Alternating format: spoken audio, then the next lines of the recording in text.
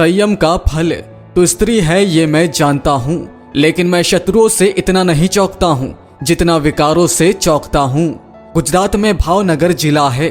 उस भावनगर का राजा भी जिससे कांपता था, ऐसा एक डाकू था जोगीदास खुमान। एक रात्रि को वो अपनी एकांत जगह पर सोया था। चांदनी रात थी, करीब 11 बजने को थे। इतने में एक सुंदर स्त्री 16 श्रृंगार से सजी धनी वहां आ पहुंची।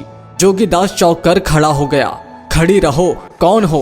वो युवती बाहें पसारती हुई बोली, तेरी वीरता पर मैं मुग्ध हूँ। अगर सदा के लिए नहीं तो केवल एक रात्रि के लिए ही मुझे अपनी भुजाओं में ले ले। करजता हुआ जोगीदास बोला, वहीं खड़ी रहे। तू स्त्री है ये मैं जानता हूँ, लेकिन मैं शत्रुओं से इतना नहीं चौंकता हूँ जितना विकारों से चौंकता हूँ। युवती, मैंने मन से तुम्हें अपना पति मान लिया है। जोगीदास, तुमने चाहे जो माना हो, मैं किसी गुरु की परंपरा से चला हूँ। मैं अपना सत्यानाश नहीं कर सकता। तुम जहाँ से आई हो वहीं लौट जाओ। वो युवती पुनः नाज नखरे करने लगी।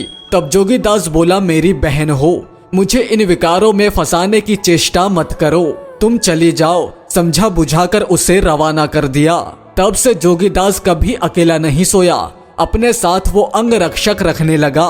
वो भी कोई मार जाए इस भय से नहीं, वरन कोई मेरा चरित्र भंग न कर जाए इस भय से रखता था। एक बार जोगीदास कहीं जा रहा था। गांव के करीब खेत में एक ललना काम कर रही थी और प्रभातीय गायें जा रही थी। जोगीदास ने उस लड़की से पूछा, ऐसे सन्नाटे में तू अकेली काम कर रही है, तुझे तेरे शील भंग चरित्र भंग का डर नहीं लगता?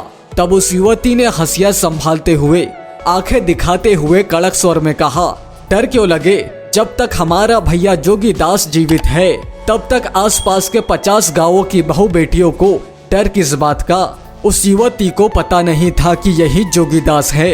जोगीदास को आत्मसंतोष हुआ कि 50 गांवों की बहू बेटियों को तसल्ली है कि हमारा भैया जोगीदास है।